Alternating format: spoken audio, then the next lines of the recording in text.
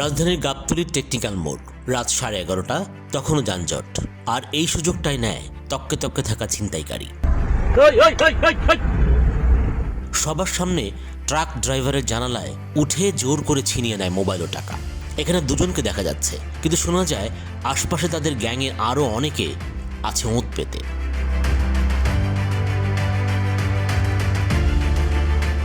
চক্রের কেউ ধরা পড়লে তারা ছুটে এসে মানুষের উপর হামলা করে, ছিনিয়ে নেয় তাদের সদস্যকে।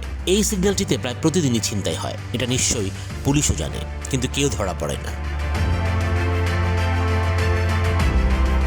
টেকনিক্যাল মোড় থেকে মিরপুর 1 পর্যন্ত সড়ক, টেকনিক্যাল মোড় থেকে গাবতলী বাস স্ট্যান্ড, গাবতলী থেকে মিরপুর মাজার রোড, এই অঞ্চলে 3 থেকে 4টে ছিনতাই স্পট রয়েছে।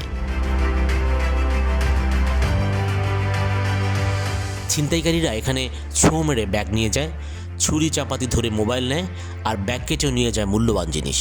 তাই সন্ধ্যার পর এই অঞ্চলে যাতায়াতের সময় সাবধান থাকবেন। কারো কিছু খোয়া গেলে পুলিশকে জানাতে পারেন, কিন্তু তাতে সুরাহা হবে বলে মনে হয় না।